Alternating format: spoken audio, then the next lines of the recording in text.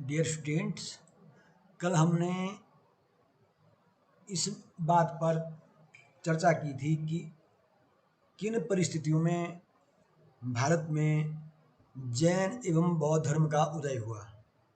अर्थात भारत में जैन एवं बौद्ध धर्म के उदय के क्या कारण थे, इन बिंदुओं पर हमने कल चर्चा की थी। और साथ ही साथ संक्षिप्त सा परिचय हमने जैन धर्म के 24वें तीर्थंकर महावीर स्वामी और जैन धर्म के कुछ सिद्धांतों पर हमने प्रकाश डाला था। आज हम चर्चा करने जा रहे हैं कि जैन एवं बौद्ध धर्म के जो सिद्धांत थे, प्रमुख सिद्धांत, वे क्या थे तथा किस प्रकार जैन एवं बौद्ध धर्म कुछ ही समय में इतने लोकप्रिय हो गए कि लगभग एक ऐसा भी भारत के इतिहास में एक दौर आया कि जबकि बड़ी संख्या में भारत में जैन एवं बौद्ध धर्म के अनुयायी निवास कर रहे थे। अर्थात बड़ी तीव्र गति से इन दोनों धर्मों का विस्तार हुआ। यद्यपि जैन धर्म एक प्राचीन धर्म रहा है जिसमें 24 तीर्थंकर हुए और इन 24 तीर्थंकरों के जीवन काल को व्यतीत करने में एक लंबा समय बीता। अर्थात जैन धर्म को अपने विस्तार के काल तक पहुंचने के लिए एक लंबा समय तय करना पड़ा, परंतु बौद्ध धर्म कुछ ही समय में बड़ा लोकप्रिय हुआ। तो इन कारणों को भी हम जानेंगे कि किन कारणों से लोकप्रिय हुआ, ये धर्म किन कारणों से जनता में बहुत ही लोकप्रिय हुए। तो हम चर्चा करना चाहेंगे पहले जैन धर्म के जो प्रमुख सिद्धांत हैं वे क्या क्या हैं। जैन धर्म सामान्य रूप से संपूर्ण संसार को दुखमूलक मानता है और ये मानता है कि संपूर्ण संसार ही दुखमय है, दुखों से ग्रसित है, दुख का कारण है, दुख का मूल ये संसार ही है। यद्यपि वो यह भी मानता है कि मनुष्य जो जीवन है वह विभिन्न अवस्थाओं से गुजरता है। पहले उसका बचपन, फिर युवावस्था, फिर वृद्धावस्था और वृद्धावस्था के बाद वह मृत्यु से ग्रसित हो जाता है, अंततः वो मृत्यु को प्राप्त हो जाता है, मनुष्य की मृत्यु हो जाती है। परंतु जैन धर्म ये मानता है अपने संपूर्ण जीवन काल में मनुष्य विभिन्न प्रकार की सांसारिक तृष्णाओं से घिरा रहता है। उसकी तमाम प्रकार की तृष्णाएं अर्थात इच्छाएं होती हैं। वो चाहता है कि उसके पास खूब बड़ी मात्रा में धन हो, वो सारे सुखों का भोग करे। उसकी जो कामना उसकी जो कामना जो इच्छा शक्ति होती है बड़ी तीव्र होती है। वो चाहता है कि वो कितना धन संचय करे। और वर्तमान में तो आप समझ रहे इस चीज़ को कि आज धन पिपासा कितनी है, लोगों में धन की प्यास कितनी है कि जिस कारण बड़े बड़े भ्रष्टाचार हो रहे हैं, बड़े बड़े घोटाले हो रहे हैं और तब भी मनुष्य को उसकी धन की प्यास से संतुष्टि नहीं मिल रही है। तो आप समझ सकते हैं कि ये जो जैन धर्म ने कहा है कि मनुष्य की जो तृष्णाएं वो असीमित हैं और उन तृष्णाओं की पूर्ति वो जीवन भर लगा रहता है और जिसका कोई अंत नहीं है। वो कहता है कि काम भोग विष के समान है जो अंततः दुख ही उत्पन्न करता है। जो काम पिपासा है, काम की जो लालसा है, उस कारण मनुष्य को कई दुख उठाने पड़ते हैं। संसार त्याग तथा संन्यास से ही व्यक्ति को सच्चे सुख की ओर ले जाया जा सकता है। जैन धर्म मानता है कि जब संसार में मनुष्य जब त्याग का रास्ता अपनाएगा, जब त्याग की प्रवृत्ति उसमें जागेगी, तभी वह संन्यास लेकर के सच्चे सुख की ओर अग्रसर हो सकता है। जैन धर्म की एक बड़ी बात यह है कि वह ईश्वर के अस्तित्व को नकारता है। अर्थात जैन धर्म ईश्वर को नहीं मानता है, परंतु दूसरी ओर जैन धर्म ये भी कहता है कि जो सृष्टि है वो क्या है, सत्य है। अर्थात जो संसार है वो वास्तविक सत्य है। क्योंकि वो कहता है कि जो वस्तु है उस वस्तु का होना अपने आप में क्या है, एक सत्य है। वस्तु का होना अपने आप में अभाव नहीं बल्कि संभव है। अतः जो वस्तु है वो वास्तविक रूप से क्या है, सत्य है। जैन धर्म ये मानता है कि संसार के सभी प्राणी जो ये पुनर्जन्म के पुनर्जन्म को जैन धर्म मानता है। और पुनर्जन्म का कारण क्या है, पुनर्जन्म का कारण जैन धर्म जो संचित कर्मों का फल है उसको मानता है। अर्थात जैन धर्म ये मानता है कि कोई भी मनुष्य उसका पुनर्जन्म इसलिए होता है कि उसका जो संचित कर्म फल है पूर्व जन्म का, उसको उसे भोगना है, और अपने पूर्व जन्म के कर्मों के फल को भोगने के लिए उसका पुनर्जन्म होता है। अर्थात जो पूर्व जन्म में उसने जो कर्म किए उसका फल भोगने के लिए ही उसका पुनर्जन्म होता है, और इस तरह वो विभिन्न योनियों में जन्म लेता है। जैन धर्म का ये मानना है कि कर्म फल ही जन्म और मृत्यु का कारण है। जैसे मैंने कहा ना कि पूर्व जन्म का जो कर्म फल है उसी के कारण मनुष्य का पुनर्जन्म होता है और वह अपने कर्मों का फल भोगता है। यदि वो कर्म फल फिर भी आगे बढ़ता है तो फिर उसका पुनर्जन्म होता है, फिर उसकी मृत्यु होती है। तो इस तरह जैन धर्म ये मानता है कि कर्म फल के कारण ही जन्म और मृत्यु होती है। जैन धर्म ये भी मानता है कि कर्म फल से यदि छुटकारा मिल जाए तो मनुष्य निर्वाण की ओर अग्रसर हो सकता है। अर्थात यदि किसी व्यक्ति का कर्म फल समाप्त हो जाए, उसका कर्म फल बनना बंद हो जाए, और तब वो मनुष्य निर्वाण की ओर अग्रसर होता है, अर्थात तभी उसे मोक्ष की प्राप्ति संभव है। कब? जब उसका कर्म फल समाप्त हो जाए, जब उसका कोई कर्म फल न रहे। अर्थात इसके लिए जैन धर्म ये कहता है कि उसके अच्छे कर्म हो या बुरे कर्म हो, उसका निर्विकार जीवन होना चाहिए। न अच्छे कर्मों का फल संचय हो और न ही बुरे कर्मों का। यदि अच्छे कर्मों का फल भी होगा तब भी उन अच्छे कर्मों का फल भोगने के लिए उसका पुनर्जन्म लेना पड़ेगा।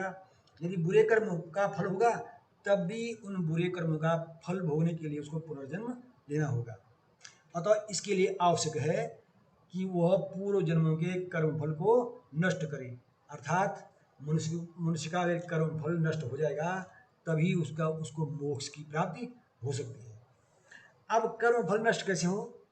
इसके लिए जैन धर्म का ये मानना है कि कर्मफल जो पूर्व जन्मों का जो कर्मफल है उसके छुटकारा पाने के लिए त्रिरत्नों का अनुशीलन आवश्यक है। अब ये त्रिरत्न क्या है? सम्यक दर्शन, सम्यक ज्ञान तथा सम्यक आचरण।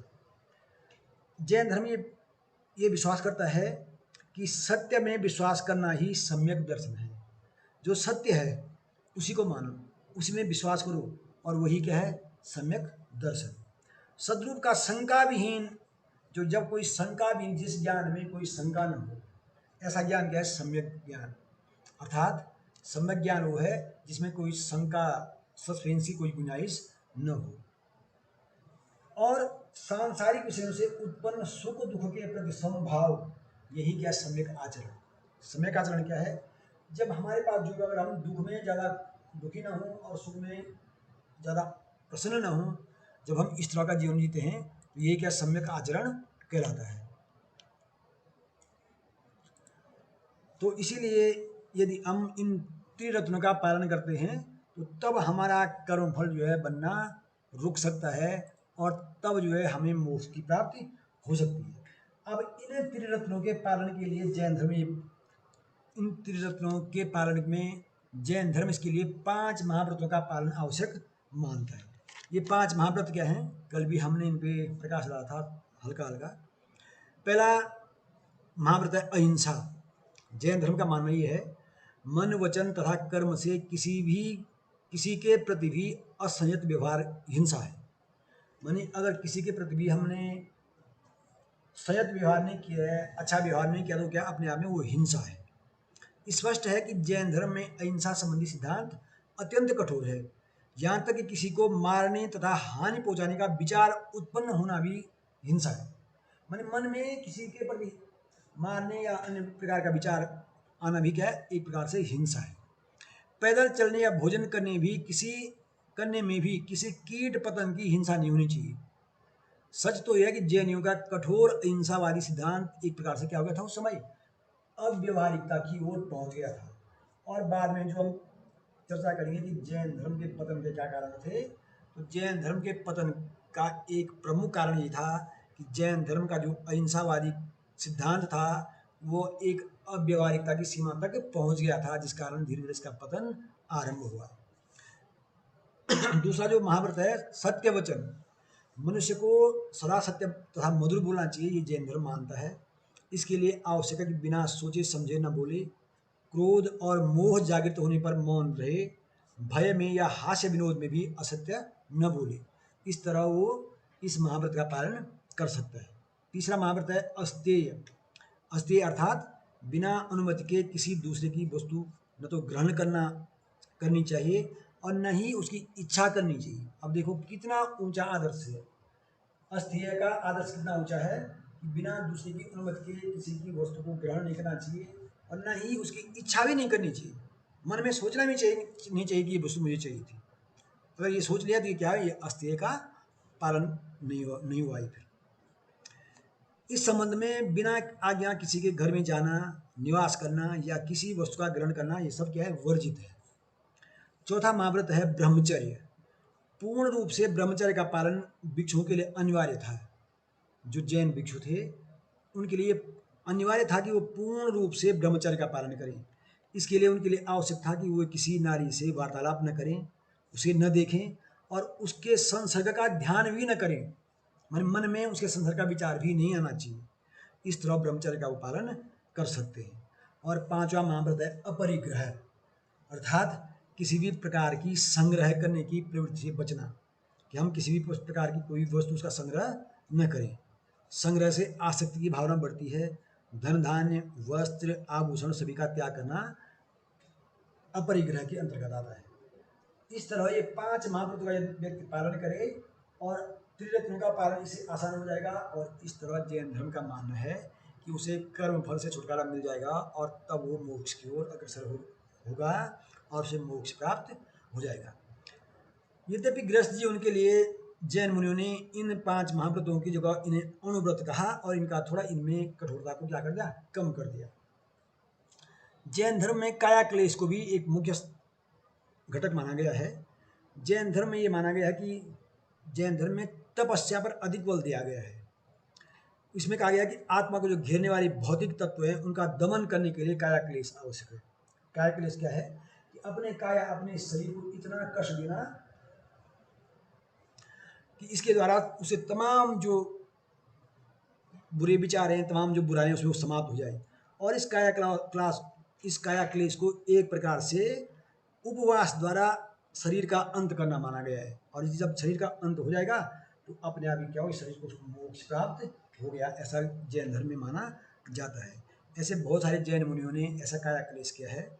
इस संदर्भ में जो चंद्रगुप्त मौर्य है उसकी मृत्यु का वर्णन आता है कि चंद्रगुप्त मौर्य ने अपने जीवन के अंतिम वर्षों में वो जैन साधु बन गए थे और उन्होंने जो मैसूर के श्रवण बेलगोला नामक स्थान पर उन्होंने काया क्लेश के द्वारा मृत्यु का वर्ण किया था। जैसे मैंने बताया कि जैन धर्म में काया क्लेश के अलावा जैन धर्म का जो ज्ञान है उसको सप्तभंगी ज्ञान भी कहते हैं। ज्ञान प्राप्ति के लिए कैसे ज्ञान प्राप्त होता है, ज्ञान की जो विभिन्न जो प्रकार है वो क्या है, तो जैन धर्म में ज्ञान को इन अलग अलग ढंग से परिभाषित किया गया है। जैसे इंद्रिय जनित ज्ञान को मति, अर्थात जो हमें इंद्रियों से हाथ या कान जीवा जो सुनने से हमें जो ज्ञान प्राप्त हो, इस स्पर्श जो हम इंद्रियों से जो ज्ञान प्राप्त करते हैं इसको मति कहा गया है। और श्रवण को, अच्छा, हम जो इंद्रिय जनित श्रवण को ज्ञान को श्रुति, अर्थात जैसे हम स्पर्श या जीव द्वारा जो कि इसको मति कहते हैं, और श्रवण ज्ञान को श्रुति कहा गया है, दिव्य ज्ञान को अहोरी कहा गया है। तो इस तरह ज्ञान को जो है अलग अलग ढंग से जैन धर्म में परिभाषित किया गया है। जैन धर्म में ज्ञान को, या हम ये कह सकते हैं किसी भी वस्तु को विभिन्न रूपों में देखने का प्रयास किया गया है। उनमें जो सप्तभंगी ज्ञान है वो सप्तभंगी ज्ञान 7 प्रकार से इसको व्यक्त किया गया है। जैसे है मानी कोई वस्तु है तो ये एक भाग उसका हो गया है। नहीं है ये दूसरा भाग हो गया नहीं है। तीसरा है और नहीं है, ये बीच की स्थिति है या नहीं, एक संदेह की स्थिति। चौथा है कहा नहीं जा सकता, ये है भी या नहीं भी है। पांचवा है किंतु कहा नहीं जा सकता। छठा है नहीं है और कहा नहीं जा सकता। और सातवां है या नहीं है ऐसा कहा नहीं जा सकता। इसे जैन धर्म में सप्तभंगी ज्ञान या स्यादवाद, जिसको संदेहवाद भी कहते हैं, या अनेकांतवाद ये कहा गया है। तो इस तरह जैन धर्म के ये जो प्रमुख सिद्धांत हैं वो मैंने आपके समक्ष रखे। और थोड़ा अब हम बौद्ध धर्म पर चर्चा करते हैं कि किस तरह भारत में बौद्ध धर्म का उदय हुआ, उसका विस्तार हुआ और उसके प्रमुख सिद्धांत क्या क्या है। सामान्यतः हम सभी जानते हैं कि बौद्ध धर्म की जो स्थापना की वह महात्मा बुद्ध ने की। और महात्मा बुद्ध का जो बचपन का नाम था वो था सिद्धार्थ। महात्मा बुद्ध का जो जन्म हुआ शाक्य कुल में हुआ। महात्मा बुद्ध के जो पिता थे शुद्धोधन, वो शाक्य कुल के राजा थे। शाक्य जो गणराज्य था उसे गण प्रमुख थे और उनकी राजधानी कपिलवस्तु थी। कपिलवस्तु में ही जो लुम्बिनी ग्राम में आम्रकुंज, आमों का एक बगीचा था, उस बगीचे में महात्मा बुद्ध का जन्म हुआ। और जन्म होते ही जन्म के 7वें दिन उनकी माता का देहांत हो गया। जो उनकी माता थी महामाया, उनका देहांत हो गया। और बाद में उनकी मौसी महाप्रजापति गौतमी ने उनका पालन पोषण किया, इसलिए उनको गौतम भी कहते हैं, गौतम भी। अनेक ऐसे आख्यान मिलते हैं कि जब महात्मा बुद्ध का जन्म हुआ था तो उसी समय ज्योतिषियों ने, विद्वानों ने, जिनमें एक प्रमुख विद्वान कौंडिन्य हुए, उन्होंने भविष्यवाणी की थी कि यह बालक या तो एक चक्रवर्ती सम्राट बनेगा या महान सन्यासी या बड़ा सन्यासी होगा। बालक को एक सभी प्रकार की, जो क्षत्रिय राजकुमार होने के नाते उसको सभी प्रकार की शिक्षाएं दी गई। उसको पुस्तकीय ज्ञान दिया गया, युद्ध प्रणाली उसको सिखाई गई, घुड़सवारी, मल्ल युद्ध, अस्त्र शस्त्र का प्रयोग, अर्थात उन तमाम प्रकार की शिक्षा उसको दी गई।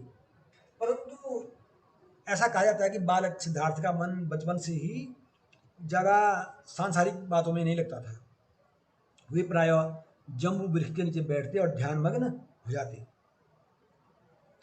राजकुमार को इस प्रकार की सुख सुविधा उपलब्ध थी कि उसे कोई भी दुख का अनुभव न हो पाए। दुखों के अनुभव से दूर रखने के लिए कवि शुद्धोधन ने ऐसी व्यवस्था कर दी कि उसके लिए ऋतुओं के अनुसार 3 अलग अलग प्रकार के महल बनाए कि जिनसे क्या हो कि उसे गर्मी, वर्षा या शीत का कोई अनुभव न हो। उसके लिए बड़े सुंदर उपवन, नृत्य, गायन, वादन, संगीत की व्यवस्था की कि जिससे ये हो सके कि सांसारिक दुखों की छाया भी सिद्धार्थ पर न पड़े। परंतु फिर भी होने का जो होता है उसको अलग ही उसको हम कह सकते हैं। इसके बावजूद भी क्या हुआ कि सिद्धार्थ को सांसारिक दुखों का बड़ा कटु अनुभव हुआ। यद्यपि शुद्धोधन ने पूरा प्रयास किया कि सिद्धार्थ पर दुखों की कोई छाया न पड़े और सांसारिक दुखों से दूर रखने के लिए 16 वर्ष की आयु में सिद्धार्थ का विवाह यशोधरा से किया गया, जिससे उसका एक पुत्र उत्पन्न हुआ जिसका नाम मोहबंदन रखा, राहुल रखा गया। और इतने तमाम प्रयासों के बावजूद फिर भी बालक सिद्धार्थ को हम कह सकते हैं, जब सिद्धार्थ युवा हो गए तो उनको सांसारिक दुखों का ज्ञान कैसे हुआ कि एक बार जब वो नगर भ्रमण में जा रहे थे तो उनको एक वृद्ध दिखा। और जब उन्होंने अपने सारथी से पूछा कि ये इस मनुष्य की ऐसी अवस्था क्यों हुई है, इसका शरीर जो जर्जर हो गया है कैसे हुआ है, तो उनको जो है सारथी ने बताया कि यह जो वृद्ध है और एक दिन सभी मनुष्यों को बचपन से युवावस्था से वृद्धावस्था में प्रवेश करना पड़ता है और सभी का शरीर ऐसे ही जर्जर हो जाता है। इससे उनका मन बड़ा दुखी हुआ। फिर एक बार उनको एक रोगग्रस्त, एक बीमार व्यक्ति दिखा। उस बीमार व्यक्ति को जब उन्होंने देखा तो फिर उनके मन में एक जिज्ञासा हुई। उन्होंने सारथी से पूछा तो सारथी ने बताया कि ये शरीर जो रोगग्रस्त है, हमारा शरीर जो है क्षणभंगुर है, इसमें तमाम प्रकार की व्याधियाँ घुस जाती हैं, तमाम प्रकार से रोगी हो जाता है। और फिर एक दिन जब उन्हें अंत में एक मृत व्यक्ति को दिखा जो इसे शव को अंतिम संस्कार के लिए लिया जा रहा था, तो उसको देखकर जब उन्हें पूछा तो उन्होंने कहा ये व्यक्ति इसकी मृत्यु हो गई है और ऐसा संसार में होता रहा है, जिसका जन्म होता है उसकी मृत्यु अवश्य होती है। तो इस तरह जो दृश्य थे, उन दृश्यों को देख करके सिद्धार्थ का मन जो है बड़े दुख से भर गया, बड़ी चिंता से भर गया और उन्होंने देखा ये संसार जो बड़ा दुखमय है। फिर एक बार फिर ऐसा ही उनको एक दृश्य ऐसा दिखा, एक सन्यासी उनको ऐसा दिखा जो कि सारे मोहबंधनों से मुक्त था और जिसका जीवन सारी सांसारिक बाधाओं से मुक्त था, सांसारिक भोग विलास से दूर था, विलास में जीवन से अलग उस सन्यासी की चेहरे में अलग तेज था।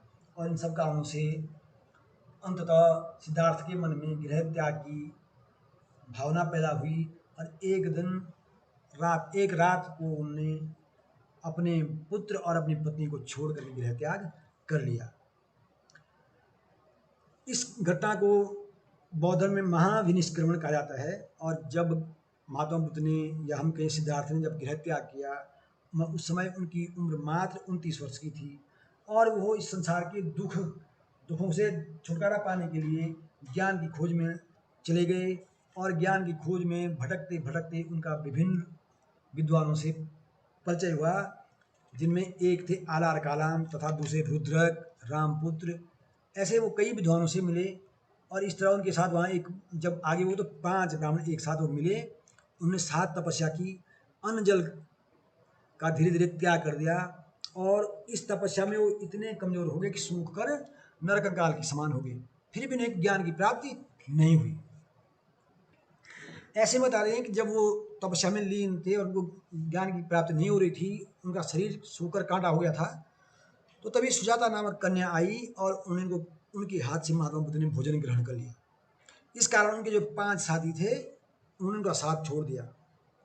अब महात्मा बुद्ध महात्मा तो बाद में कहलाए, अब जो है गौतम या सिद्धार्थ अपने साथियों से अलग हो गए और अलग होके उन्हें एक वट वृक्ष एक वृक्ष के नीचे समाधि लगाई और दृढ़ निश्चय किया कि जब तक उन्हें ज्ञान प्राप्त न हो तब तक वे समाधि भंग न करेंगे। यद्यपि उन्हें तमाम प्रकार की तृष्णाओं ने, कामनाओं ने सताया या उनमें कामनाएं जागृत हुई, लेकिन उन्होंने उन सब पर विजय प्राप्त की और अपनी समाधि में अडिग बने रहे।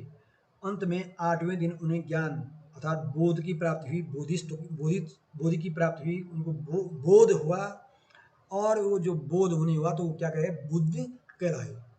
और वहीं से जब उनको बोध प्राप्त हुआ, ज्ञान प्राप्त हुआ, तो क्या कहे, वो बुद्ध कहलाए।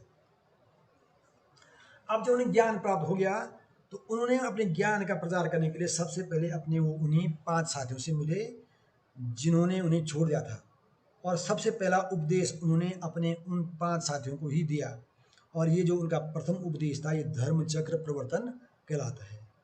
बाद में इन्हीं 5 साथियों की सहायता से महात्मा बुद्ध ने संघ की स्थापना की और इस तरह संघ के द्वारा उन्होंने बौद्ध धर्म का प्रचार किया।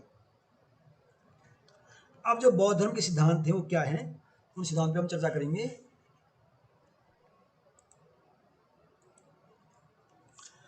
महात्मा बुद्ध ने जब ज्ञान प्राप्त किया तो उन्होंने जो अनुभव किया, जो उन्होंने अपने जीवन में समझा, उसके तहत उन्होंने माना कि संसार में क्या 4 आर्य सत्य हैं, अर्थात 4 जो है शाश्वत सत्य हैं, वो हमेशा ही सत्य रहते हैं।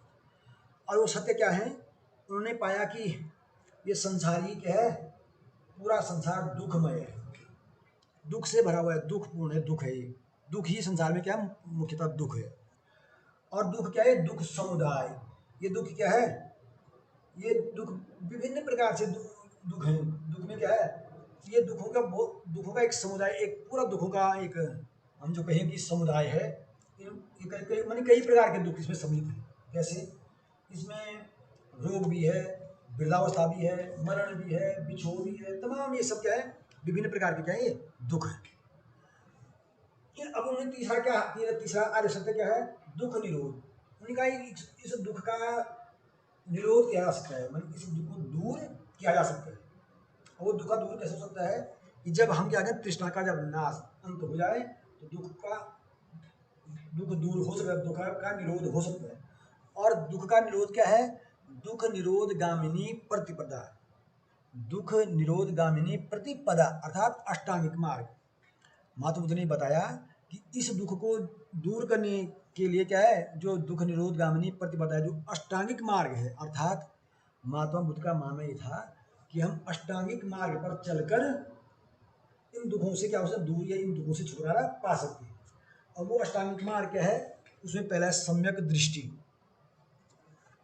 कि हमारा जो दृष्टि हो क्या सम्यक हो, उचित हो।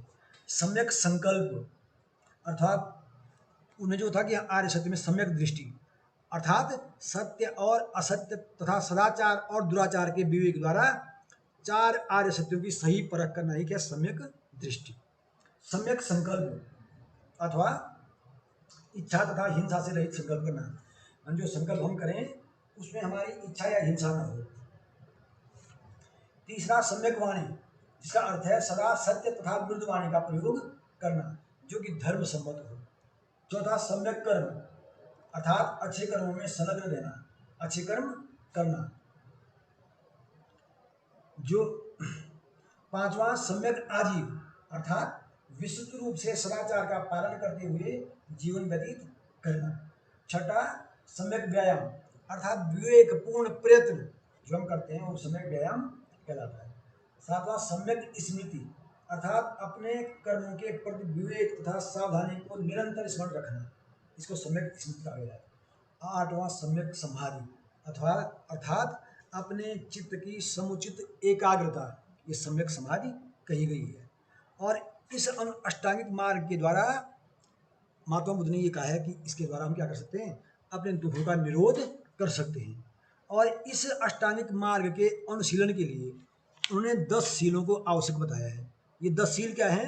ये 10 सील है अहिंसा, यानी किसी की हिंसा न करना, जैसे जैन धर्म में कहा गया था किसी की हिंसा न करना, सत्य बोलना, अस्तेय अर्थात चोरी न करना, व्यभिचार न करना, मद्य का निषेध, मद्यपान न करना, असमय भोजन न करना, सुखप्रद बिस्तर पर न सोना, धन संचय न करना, और 10वां है स्त्रियों का संसर्ग न करना।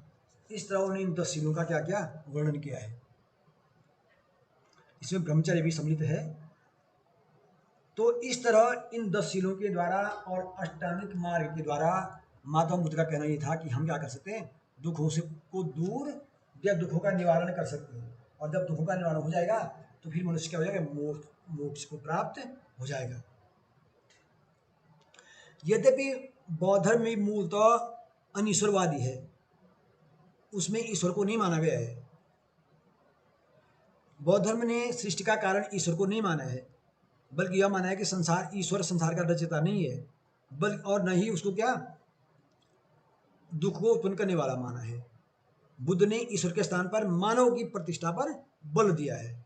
बौद्ध धर्म में आत्मा की परिकल्पना भी नहीं है, बौद्ध धर्म आत्मा को भी नहीं मानता है, इसलिए उसको अनात्मवाद के सिद्धांत के अंतर्गत इसकी मान्यता प्राप्त है, या इसको अनात्मवाद भी कहते हैं। बौद्ध धर्म में भी पुनर्जन्म की मान्यता है, और यह पुनर्जन्म बौद्ध धर्म में भी क्या है, कर्म फल के कारण ही पुनर्जन्म माना गया है। तो इस तरह बौद्ध धर्म में भी जो दुखों के निवारण को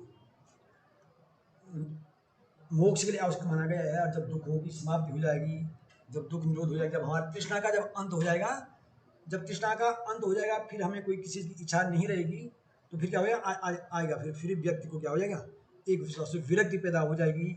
और विरक्ति से ही उसको क्या हो जाएगा, जब जीवन के सुखों से या सांसारिक दुखों से उसको विरक्ति हुई, तभी वो मोक्ष को प्राप्त हो सकता है। तो इस तरह बौद्ध धर्म में भी दुखों को, या हम ये कह सकते हैं दुख समुदाय, इनको सारे दुखों को, जो तृष्णा है उसको दुखों का कारण माना गया है। और तृष्णा का जो नाश हो जाए, तृष्णा के नाश से ही क्या हो, मोक्ष, तृष्णा के नाश होने के बाद ही दुखों का अंत होता है, और तब ही मोक्ष की प्राप्ति होती है, ऐसा बौद्ध धर्म में माना गया है। अब इन धर्मों का जो विस्तार हुआ, उस विस्तार के प्रमुख कारण क्या थे कि जैन एवं बौद्ध संघ, जैन एवं बौद्ध धर्म दोनों में क्या हुआ, दोनों ने संघों पर जोर दिया। जैन धर्म में भी क्या हुआ, संघ की स्थापना की गई। जैन धर्म में महावीर स्वामी ने क्या किया, उन्होंने पावा में सबसे पहले 11 ब्राह्मणों को अपने धर्म में दीक्षित किया और उन्हें अपना अनुयायी बनाया।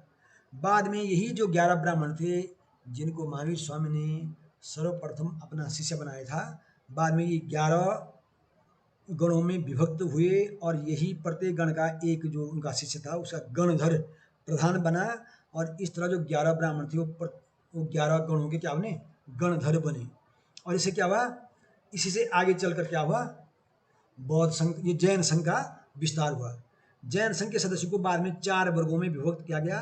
प्रथम वर्ग में भिक्षु, दूसरे में भिक्षुणी, तीसरे में श्रावक तथा चौथे में श्राविका। और इनमें जो भिक्षु तथा भिक्षुणी थे तो सन्यासी होते थे, किंतु श्रावक तथा श्राविका गृहस्थ जीवन बिताते थे। तो इस तरह जैन धर्म ने अपना जैन संघ का जो द्वार था वो सभी के लिए, सभी जातियों के लिए खुला था। उसमें स्त्रियों को भी पुरुषों के समान अधिकार प्राप्त था। और इस तरह जैन संघ ने जैन धर्म के प्रचार प्रसार के लिए बड़ी तीव्र गति से कार्य किया।